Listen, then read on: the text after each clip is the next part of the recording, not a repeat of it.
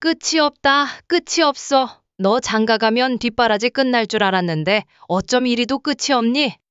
자식이 40살이 넘었는데도 자식 기르는 게 끝이 안 나니? 이러다 100살 돼서 눈 감는 날까지 너 뒷바라지만 하다 갈 것 같아서 무섭다. 엄마 자식 고생하는 거 정말 보고 싶어요? 그럼 넌 부모 고생하는 거 보고 싶니? 아니, 남들에게 물어보세요. 엄마한테 이렇게까지 하는 아들이 있는지. 그러면 너는 남들처럼 엄마 아빠 부양하면서 살래? 우리 노후 너희들이 책임질 거야? 그렇다고 한다면 가진 돈 너희한테 주마. 그렇게 할래? 그러자 아들은 할 말을 잃었습니다. 당연했습니다. 아들이 무엇보다도 무서워하는 것이 바로 부모 봉양이었으니까요. 바라건대 너는 그냥 부모 돈은 갚지 않아도 되는? 써도 마르지 않는 샘물로 생각하는 거 아니냐? 그 돈이 어디 땅을 파서 나온 돈이니? 지금 엄마 아빠 70대야. 허리 굽을 때까지 평생 일해서 모은 돈이야. 늙어서 자식들 도움 없이 살아보겠다고 그 마지막 남은 돈까지 가져가야 직성이 풀리니? 그래 놓고 평생 헌신한 늙은 부모 돌보라 그러면 치를 떨지 않니? 치매라도 걸리면 돈 없는 부모를 어떻게 하려고 그래? 그래서 서로 부담 주지 않으려고 우리 노후는 우리가 챙겨서 살겠다고 여기까지 온 거야. 그런데 너희는 어쩜 그렇게 너희만 생각하니? 내 말대로 자식이니까 갚을 시간은 충분히 줄게. 그런데 그 돈은 꼭 갚아. 안 갚으면 엄마 아빠도 살아야 하니까 차용증 썼던 거라도 이용해서 받아낼 테니까 그런 줄 알아. 아들에게 소리치는 오늘 이야기 속 주인공은 70세 김말선 씨입니다. 김 씨는 아들 하나, 딸 하나를 두고 있습니다. 아들은 42세 박희민, 몇 년 전에 결혼해서 아이가 둘 있습니다. 그리고 딸은 38세 박수지로 5년 전 결혼했지만 아이는 아직 없었습니다. 서울에서 살다 보니 아들, 딸 결혼할 때 집 한 채씩 떡하니 사주지는 못했지만 그래도 오랫동안 남편과 함께 저축해온 돈으로 결혼할 때 많은 도움을 주었습니다. 능력이 닿는 데까지 자식을 위해 헌신하는 일이 잘못됐다고 생각한 적은 없었습니다. 김 씨도 남편도 삶의 목표가 자식들인 것처럼 살아왔고 그것이 행복이었습니다. 하지만 자식이 30이 넘고 40이 넘어도 부모는 여전히 짐을 내려놓을 수 없었습니다. 호부랑 할머니가 될 때까지 자식들을 돌보는 일은 끝이 나질 않았습니다. 엄마, 지난번에 적금 만기돼서 받은 돈 있잖아요. 김 씨가 20년간 부어온 적금이 바로 지난주에 만기가 되었습니다. 그걸 알고 있던 아들이 전화를 걸어온 것이었습니다. 그 돈은 김 씨와 남편이 오랫동안 손도 대지 않고 모아온 노후를 위한 마지막 희망이었습니다. 저 사업 자금이 좀 부족해서요. 엄마가 그 돈으로 조금 보태줄 수 없을까 해서요. 그 돈을 달라고? 김 씨와 남편은 얼마 전까지 식당을 운영했습니다. 하지만 이제는 몸으로 일하기엔 너무 늙어버린 나이. 식당도 정리했고 이제는 은퇴한 노부부였습니다. 은퇴 시기에 맞춰 준비해 놓았던 마지막 적금. 그 돈은 김 씨와 남편이 남은 생을 의지하려 했던 노후 자금이었습니다. 반은 아니고요. 한 1억 정도. 뭐 1억쯤. 생각지도 못한 금액이었습니다. 그건 너도 알잖냐. 이제 엄마 아빠가 일도 못할 텐데 그 돈으로 죽을 때까지 살아야 해. 아, 그냥 달라는 건 아니고요. 빌려달라는 거죠. 사업 잘 되면 당연히 다시 드리죠, 엄마. 김 씨도 예전 같았으면 군말 없이 내주었을 겁니다. 하지만 아들이 김 씨에게 돈을 빌려달라고 한 것은 이번이 처음이 아니었습니다. 경험상 말은 빌리는 거라지만 갚아야 한다는 생각은 애초에 없는 듯 했습니다. 왜냐하면 그렇게 빌려간 돈을 아들이 갚았던 적은 단 한 번도 없었기 때문입니다. 언제 줄 수 있는데? 그건 금방 드릴게요. 역시나 언제 돌려주겠다는 확실한 계획은 없었습니다. 처음엔 500만 원, 1000만 원씩 빌릴 때마다 했던 말들이었습니다. 그때마다 김 씨도 사실 돌려받을 생각은 크게 없이 내주다 보니 깨진 독에 물 붓는 기분이 들었습니다. 퍼주고 또 퍼줘도 내 바가지가 가득 차 있다면 모르겠지만 김 씨도 그저 평범한 서민일 뿐이었습니다. 다만 오랫동안 허리띠를 졸라매고 덜 먹고 덜 쓰고 그렇게 절약하며 적금을 해온 덕에 남들보다 돈을 조금 더 모았던 것뿐이었습니다. 그리고 남들보다 조금 더 오래 일했던 것뿐이었습니다. 하지만 이렇게 계속 퍼주다 보면 일에서는 노후에 남는 돈도 없을 듯 했습니다. 이번에 일이 잘 되면 이자까지 붙여서 드릴게요. 제가 잘 돼야 우리 가족 모두 잘 되는 거잖아요. 엄마도 자식한테 투자한다고 생각하셔요. 아니면 은행 대출이라도 받아야 되는데 요즘 금리가 얼마나 높은데요. 이자 갚다가 망한 사람들 뉴스 안 보셨어요? 대한민국 끝장입니다. 그 돈까지는 못 해줘. 그리고 아버지한테도 여쭤봐야지. 아들은 그 말에 굉장히 섭섭해했습니다. 하지만 그런 큰 돈을 덥석 줄 만큼 김 씨도 이제는 여유 있는 상황이 아니었습니다. 벌써 일은 앞으로 더 이상 수입은 없을 것이고 10년이든 20년이든 남은 생을 살아가기엔 그리 큰 돈도 아니었습니다. 결국 김 씨는 남편과 상의 끝에 아들에게 5천만 원을 빌려주기로 했습니다. 돈이 없으면 모를까 가지고 있으면서 안 빌려주는 건 부모 입장에선 자식에게 미안한 마음이 드는 일이었기 때문입니다. 이번에는 꼭 갚아야 해. 엄마, 아빠 노후 자금이야. 알지? 알죠? 꼭 드릴게요. 잘 되면 더 드린다니까요. 뭘 걱정하세요? 아들은 가벼운 말투로 말했습니다. 요구했던 금액의 절반밖에 받지 못하니 아쉬운 눈치였지만 김 씨가 그 이상은 안 된다고 단호하게 잘라 말하자 아들도 더는 어쩔 도리가 없었습니다. 하지만 5천만 원도 남이라면 쉽게 빌려줄 수 있는 금액이 아니었습니다. 특히나 김 씨에겐 더더욱 그랬습니다. 김 씨는 어렸을 적 아버지가 친구의 보증을 잘못 서는 바람에 집안이 쫄딱 망했던 기억이 있었습니다. 그로 인해 아주 가난하고 힘든 학창 시절을 보내야 했죠. 그래서 김 씨는 인생에서 절대 하지 않겠다고 다짐한 것이 하나 있었습니다. 바로 남과의 금전거래였습니다. 하지만 그게 자식이라면 그 다짐도 무력해질 수밖에 없었습니다. 5천만 원을 송금해주고 나서 김 씨는 이상하게도 허전한 감정을 느꼈습니다. 그동안 피땀 흘려 모은 돈이 순식간에 사라지자 마음 한구석이 공허해졌습니다.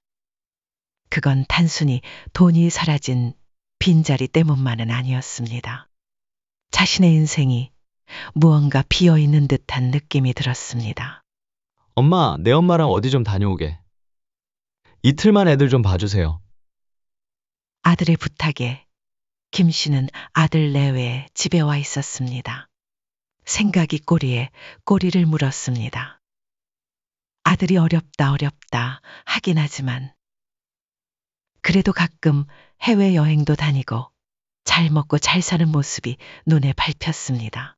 또 이렇게 가끔은 아이들을 김 씨에게 맡기고 부부끼리 좋은데 놀러도 다니고 말이죠. 김 씨는 젊은 시절 그렇게 살아본 기억이 전혀 없었습니다. 자식 키우고 돈 모으고 아등바등 사느라 바빴죠. 그렇게 살다 보니 어느덧 일흔이 되어 있었습니다.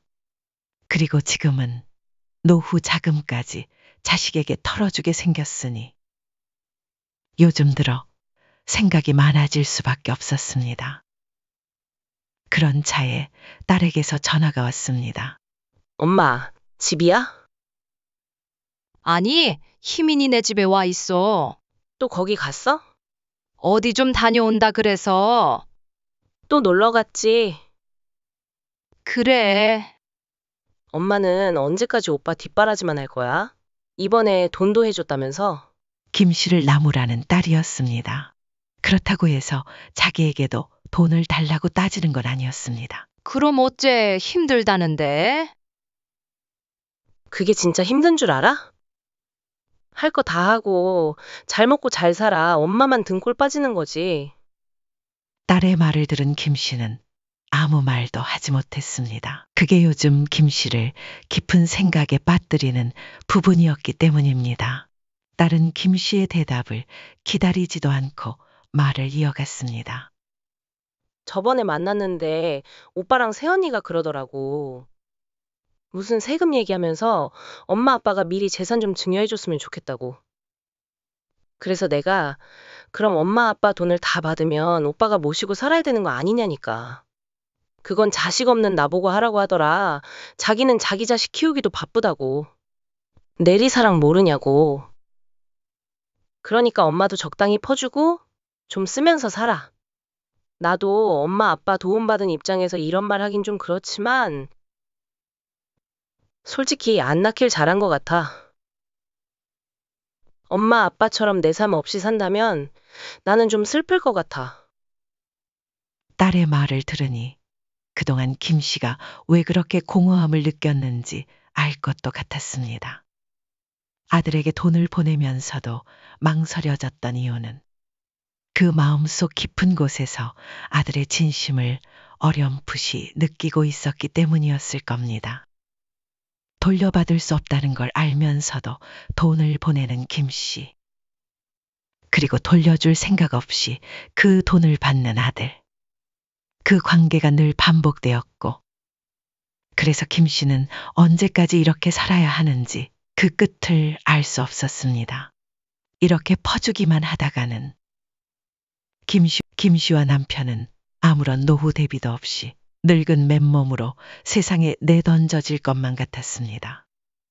딸의 말처럼 아들이 자신들을 봉양할 거라 기대하는 것은 무리였습니다. 그리고 김 씨는 딸에게도 그런 짐을 지우고 싶지 않았습니다. 너라도 그렇게 말해줘서 고맙다. 고마울 일도 아니지. 엄마 돈 엄마가 쓰라는데 뭐가 고마워. 이제 좀 즐기면서 사세요. 평생 일만 했잖아. 엄마 인생도 아깝잖아. 그래, 알았어. 김 씨는 그날 밤 좀처럼 잠을 이룰 수 없었습니다. 딸의 말이 고마운 만큼 아들에게는 깊은 서운함이 밀려왔습니다. 5천만 원을 빌려간 지 벌써 반년이 넘었지만 그 돈을 언제 갚겠다는 말은 한 번도 들은 적이 없었습니다. 그런데도 부족해서 미리 재산을 물려주니 많이 부모를 모시니 많이 하는 이야기를 했다는 것도 참 섭섭한 일이었습니다. 그래서 아들과 며느리가 집에 도착했을 때 김 씨는 조심스레 말을 꺼냈습니다. 사실 너희가 돈을 빌려가는 바람에 엄마 아빠가 자금 사정이 좀 안 좋아. 5천만 원 주셨잖아요. 나머지는 다 어디 있길래요? 빚 있었던 것 같고 네 아버지가 고향 친구한테 돈을 빌려줬는데 못 받고 있어. 그래서 좀 걱정이 돼. 그러고는 김 씨는 덧붙였습니다. 근데 내 친구 정숙이 알지? 이번에 아들 내 집으로 들어갔는데 치매도 살짝 온 것 같더라. 그래도 우리는 다행이지 않아? 치매도 없고 아들, 딸 둘이나 있잖니. 엄마가 생각해보니까 노후 걱정도 그렇게 크게 할 거 없을 것 같아. 자식들이 있는데 뭐가 걱정이야. 네 말이 맞는 것 같아. 그래서 그때 돈 갚으라고 했던 거 좀 미안하더라고. 김 씨의 말을 들은 아들의 표정은 복잡해졌습니다. 화를 내야 할지 울어야 할지 모르는 듯한 표정. 그건 며느리도 마찬가지였습니다. 며느리는 아들보다 더욱 사색이 되어 있었습니다. 괜히 걱정했던 것 같아. 좀 더 상황이 안 좋아지면 너희 집으로 들어오면 되는데 그러면 그렇게 돈 갚으라고 할 필요도 없잖아. 그 말에 아들과 며느리는 꿀먹은 벙어리처럼 말이 없어졌습니다. 대답 못할 줄 알고 꺼낸 말이었지만 막상 눈으로 그 반응을 확인하고 나니 김 씨의 입안은 썼습니다. 돈 달라. 그럴 때는 세상 둘도 없는 가족 같지만 반대로 자식의 희생 이야기를 꺼내자마자 질색을 하는 자식. 그렇게 어려우신 거예요? 아니, 지금 당장은 아니고, 그런데 엄마 아빠가 70대시니까 금방 그런 날이 올 수도 있잖아. 아, 생각을 못 해본 문제라서요. 애 엄마랑도 상의를 해봐야 하고. 생각을 안 해봤어? 엄마 노후 자금 가져가면서는 너희가 잘 되면 엄마 아빠도 잘 된다고 했잖아. 아, 말이 그렇다는 거고요. 돌려드리려고 했죠, 당연히. 아, 그래. 반년 됐는데 말이 없길래. 드리려고 준비 중이었어요. 그러고 나서 아들은 정말 3일 뒤 김 씨에게 돈을 입금했습니다. 통장에 찍힌 3천만 원. 그 숫자를 들여다보는 김 씨의 마음은 복잡했습니다. 나중에 부모를 부양하게 될까봐 말 한마디에 불이 나서 송금을 해버린 아들을 보며 김 씨는 말 한 번 잘했구나 싶은 마음이 들기도 했습니다. 하지만 그 와중에 5천만 원이 아닌 3천만 원만 은근슬쩍 보낸 아들이 참 치사하다는 생각도 들었습니다. 어쨌거나 확실한 건 그 아들에게 부모를 모실 생각은 전혀 없다는 것이었습니다. 원했던 것도 아니었지만 그 말 한마디가 평생 갚아본 적도 없는 돈을 결국 갚게 할 만큼 강력한 말이었다니 김 씨는 씁쓸한 마음이 들었습니다. 남편도 평소 잘 마시지도 않던 소주를 사와서 혼자 마시는 모습을 보며 김 씨는 더욱 속이 쓰렸습니다. 돈은 보냈지만 아들에겐 어떤 말 한마디도 없었습니다. 김 씨도 굳이 묻지 않았습니다.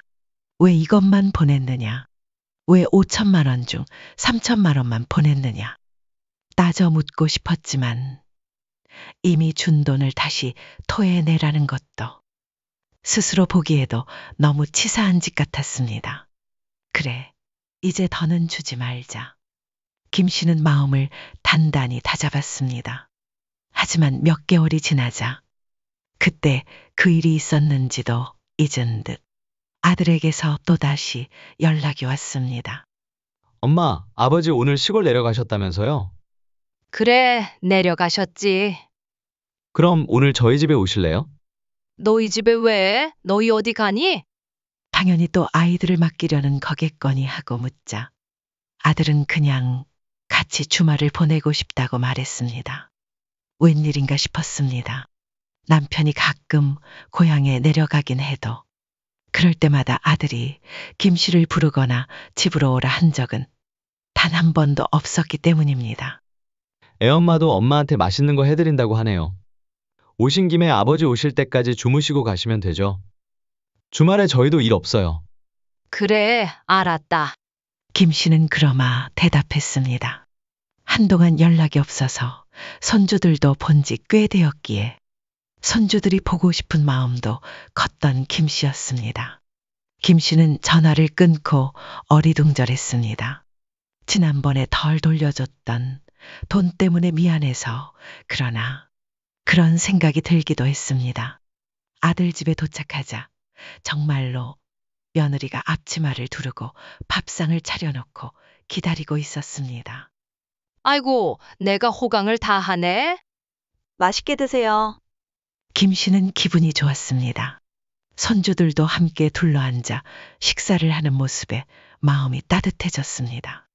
그런데 그 분위기 속에서 아들이 조심스럽게 입을 열었습니다. 아버지, 문제 생겼다는 그 돈 아직도 못 받으셨어요?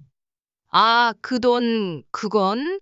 갑작스럽게 김 씨의 재정 상태를 묻는 아들의 말에 묘하게 기분이 상했습니다. 불안한 기색을 감추지 못하는 김 씨에게 아들은 결국 말을 이어갔습니다. 사실은 제가 급하게 돈이 좀 필요해서요. 또? 말이냐? 김 씨는 지친 기색으로 대답했습니다. 결혼한 뒤로 이렇게 아들 집으로 초대한 적이 없던 터라 괜히 이상하다 싶었던 예감은 결국 빗나가지 않았습니다. 지난번에 대출 받았던 거 이번에 못 갚으면 저 큰일 나요. 이 집도 넘어갈 수 있어요, 엄마. 뭐? 갑자기 왜 그렇게 된 거야? 사업 잘 되고 있다면서? 그랬는데 지금 사정이 그렇네요. 얼마가 필요한데? 3천만 원이요. 아들에게 이젠 몇 천만 원쯤은 가볍게 이야기할 수 있는 금액이 돼버린 듯 했습니다. 그만한 돈이 필요할 때마다 생기니 쉽게 입에 올릴 수 있었겠죠. 그렇게 큰 돈을? 알죠, 큰 돈인 줄. 그러니까 이렇게 어렵게 말씀을 드리죠. 그러니까 돈 좀 아껴 쓰지 그랬어. 아니, 사업하는데 돈을 아껴 쓰고 말고의 문제가 아니잖아요. 하지만 김 씨는 여전히 이해되지 않았습니다.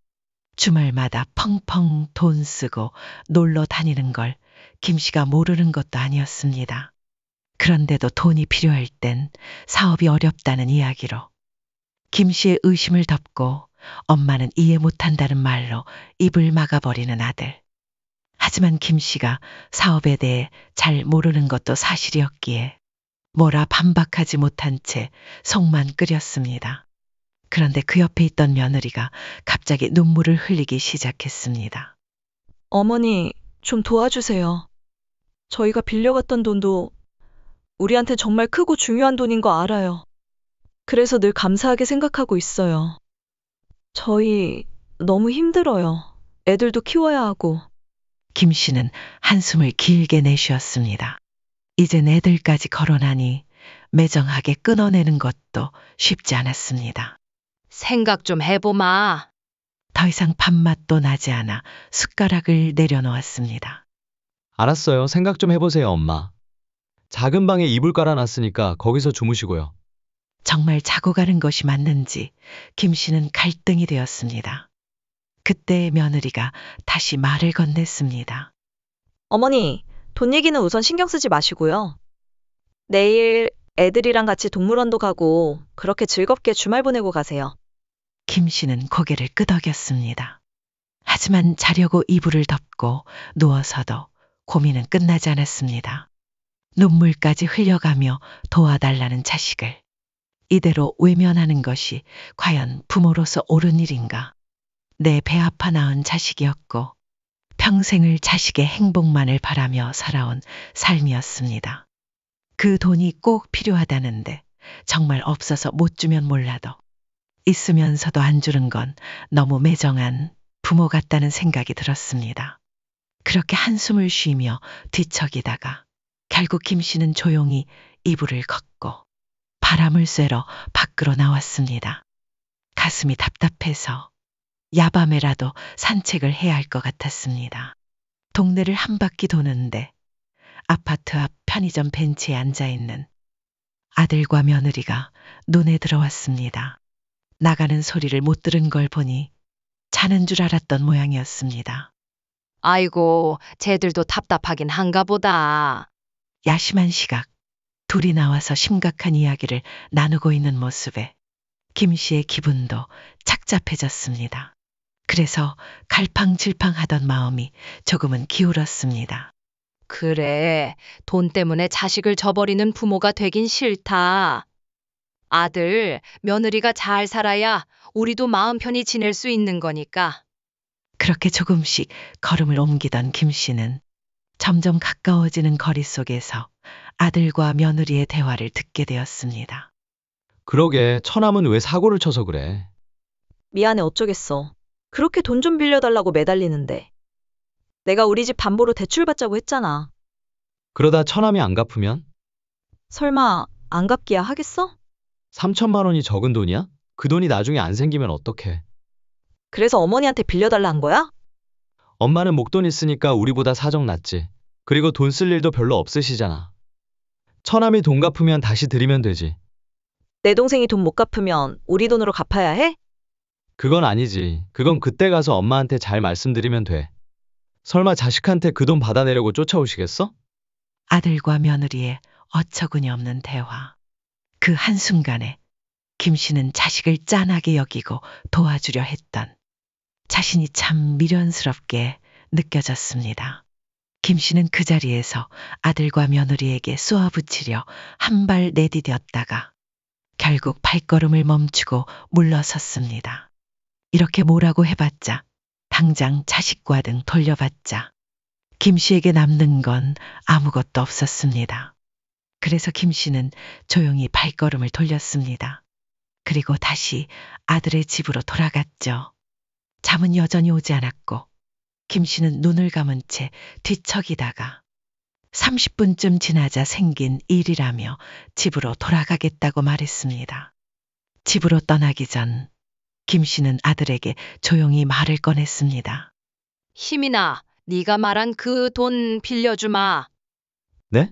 정말요? 그래, 빌려줄게. 내가 그렇게 힘들다는데. 감사해요, 엄마. 그런데 조건이 있어. 무슨 조건이요? 김 씨는 밤새 생각해왔던 것을 아들에게 말했습니다. 지난번에 네가 덜 갚았던 돈 있잖냐? 2천만 원. 그 전에 빌렸던 돈도 그거 차용증 좀 써줘라. 아들은 눈을 크게 뜨며 당황한 기색으로 말했습니다. 차용증이요?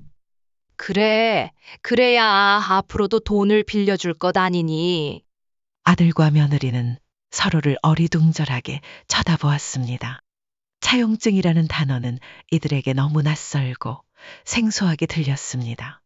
부모 자식 간에는 잘 쓰지 않는 단어였고 어쩌면 써서는 안 되는 단어처럼 여겨졌을지도 모릅니다.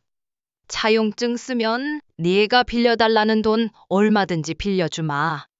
그 순간 아들의 머리가 빠르게 회전하는 소리가 들리는 듯 했습니다. 그 옆에 있던 며느리도 아들의 옆구리를 조심스럽게 쿡쿡 찔렀습니다.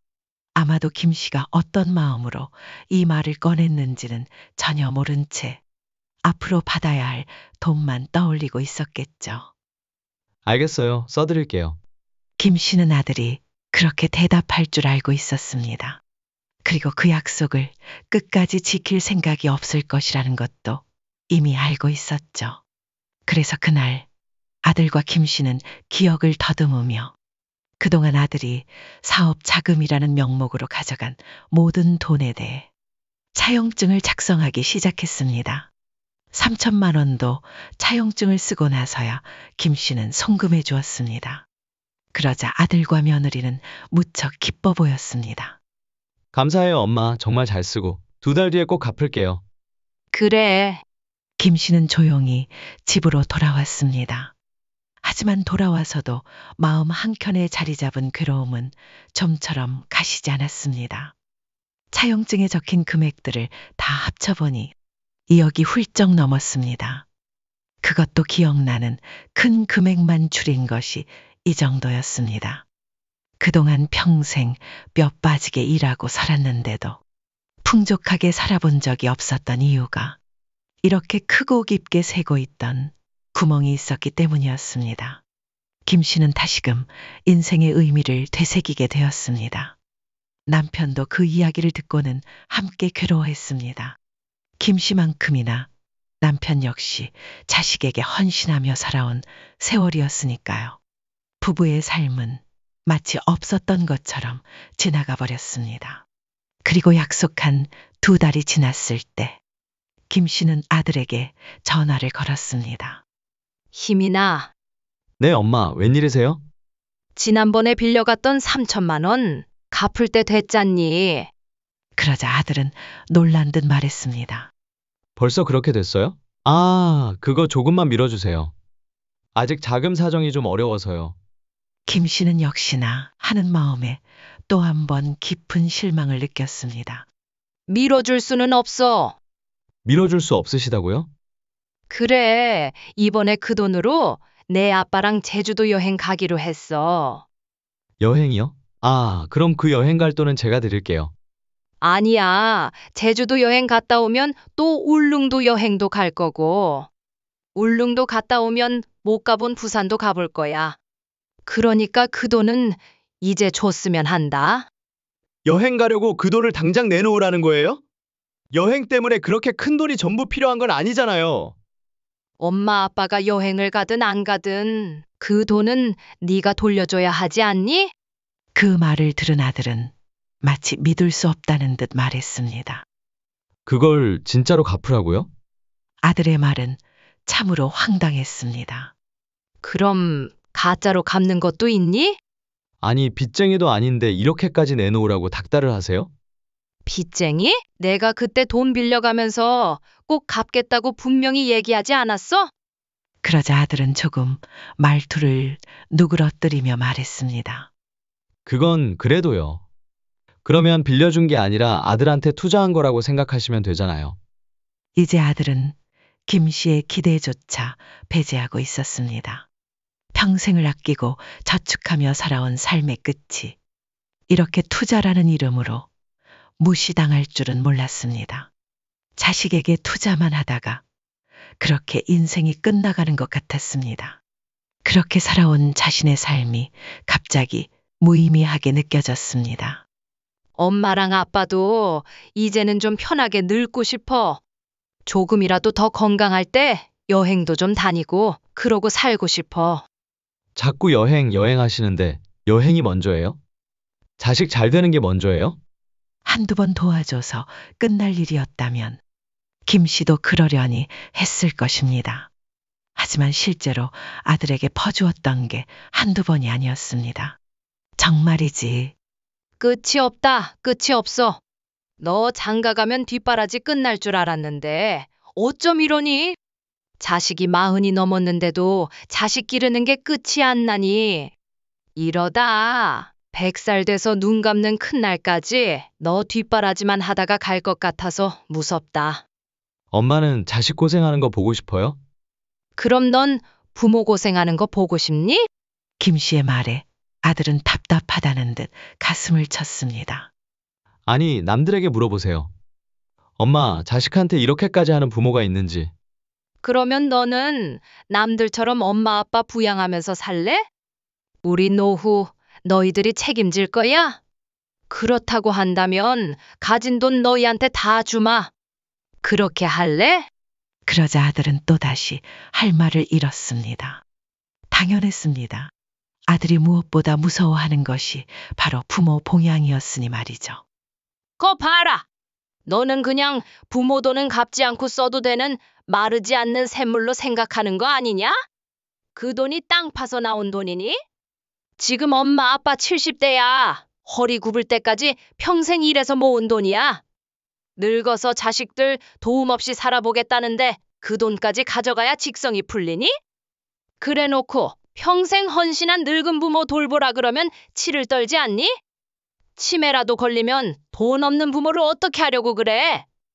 그래서 서로 부담 주지 않으려고 우리 노후 우리가 챙기려고 여기까지 온 거야.